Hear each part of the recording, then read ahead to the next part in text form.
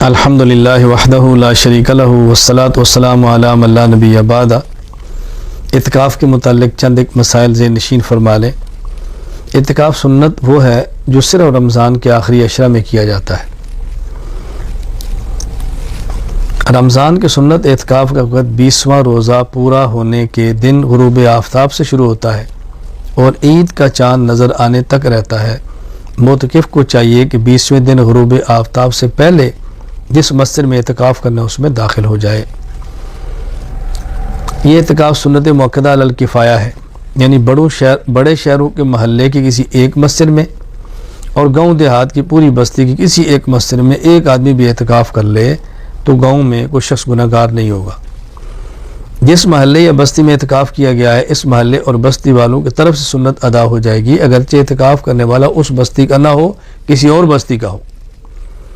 आखिरी अशरे के चंद दिन का अगर इत्तिकाफ़ किया, मुकम्मल अशरा न किया, 10 दिन न किया तो इत्तिकाफ़ नफिल होगा, इत्तिकाफ़ सुन्नत नहीं होगा। औरतों को मसाजिद की बजाय घर में इत्तिकाफ़ करना चाहिए। इत्तिकाफ़ की नीयत ज़बान से करना ज़रूरी नहीं, दिल से कर लेना काफ़ी है। आदमी खुद इत्तिकाफ़ न बैठे, पैसे देकर किसी को बिठा दे तो ये ठीक नहीं है। वैसे मोतकिफ़ को रोज़ा सारी कराए, मोतकिफ़ को सारी कराए, इफ्तारी कराए, इस पर सारी इफ्तारी का अजर मिलेगा, लेकिन किसी बंदे को पैसे देकर आप जगह पर इत्तिकाफ़ करवाएं, इत्तिकाफ़ बदल, ये ठीक नहीं है। मस्जिद में एक से ज़्यादा लोग इत्तिकाफ़ करें तो सबको मुकम्मल इत्तिकाफ़ का अजर मिलता है।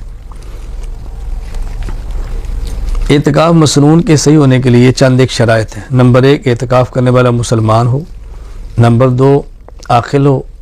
नंबर 3, इत्तिकाफ़ की नीयत भी करे।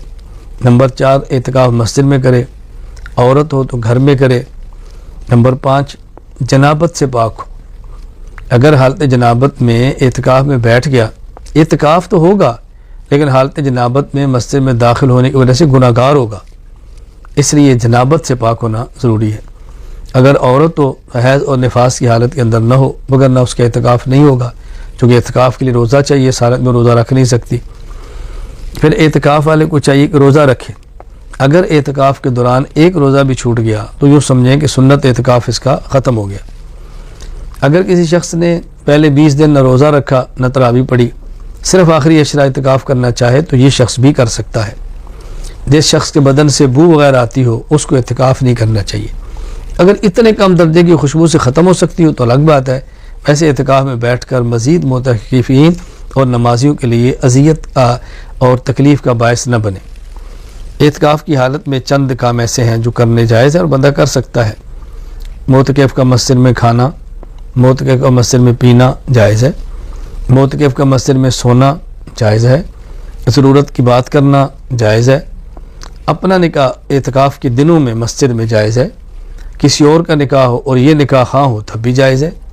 मस्जिद में निकाह की मजलिस उसमें शिरकत करे तो भी जायज़ है। मोतकिफ़ का अपने कपड़ों को बदलना ये भी जायज़ है। मोतकिफ़ का खुशबू लगाना ये जायज़ ही नहीं बल्कि मुस्तहब है। मोतकिफ़ का तेल लगाना ये भी जायज़ है। कंघी करना ये भी जायज़ है, लेकिन तेल और कंघी में इसका ख्याल करें कि बाल ना गिरे, फिर मुनासिब नहीं है। कपड़ा हो, तेल लगा लें, कंघी कर लें, अपने बाल संभालें, संभाल के बाहर रखें, इसका बहुत ज़्यादा ख्याल करें। अगर कोई डॉक्टर है, इत्तिकाफ़ के अंदर है, कोई मरीज़ आता है उसको चेक कर लेता है तो हर्ज नहीं है। ये नहीं है कि अपना क्लिनिक ही इत्तिकाफ़ को बना ले, इत्तिकाफ़ भी और क्लिनिक भी चलता रहे। वैसे कोई मरीज़ आ गया है, कोई मस्जिद का है, कोई नमाजी है तो उसको चेक करके नुस्खा दे ले तो जायज़ है। अपने बर्तन वगैरह धोना ये भी जायज़ है। मोतकिफ़ का अपनी नशिस्तगाह के ऊपर चादर लगाना ठीक है, कोई हर्ज नहीं है, बल्कि इससे आदमी को एक किस्म की खलवत मिल जाती है। अपनी नशिस्त बदलना ये भी ठीक है। एक जगह पे इत्तिकाफ़ में बैठा था, ज़रूरत के तहत जगह बदलनी पड़ गई है, कोई हर्ज नहीं, बस मस्जिद की हदूद के अंदर है।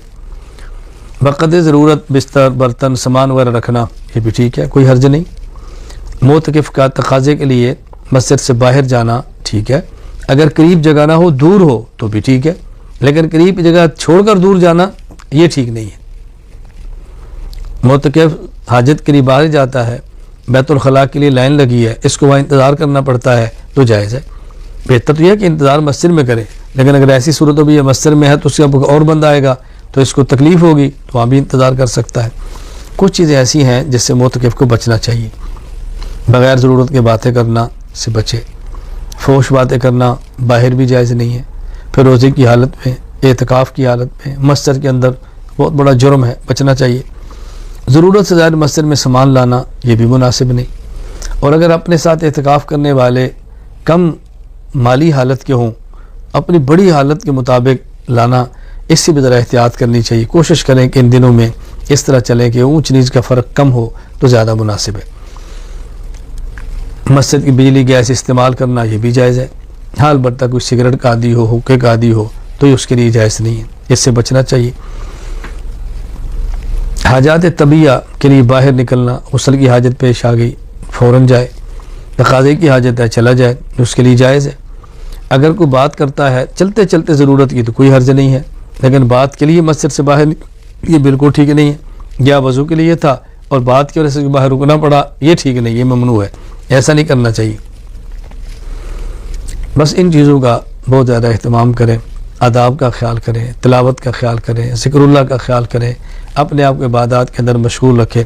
मैं तो ज़रा से गुजारिश करता हूँ, हमने एतकाफ़ कोर्स के नाम पर एक कोर्स मुरतब किया है, तो अगर मोतकिफ़ हज़रात इस कोर्स को मंगवा लें, मुताला कर लें तो ठीक। सबसे बेहतर है कि किसी आलिम को हमें एतकाफ़ कोर्स करवा दें। मैं आइम्मा से दरख्वास्त करूँगा, अगर आप एतकाफ़ कोर्स मंगवा लें या आना मीडिया सर्विसेज से आप इसको डाउनलोड कर लें और प्रिंट निकाल के रख लें और लोगों को पढ़ाएं, तो इंशाअल्लाह एतकाफ़ के मसाइल भी मालूम होंगे, अक़ायद भी ठीक होंगे, अहादीस भी आ जाएंगी और बहुत सारे मसाइल इल्म के अंदर आएंगे। अल्लाह ताला हमें आदाब के साथ एतकाफ़ पूरा करने की तौफ़ीक़ अता फ़रमाए।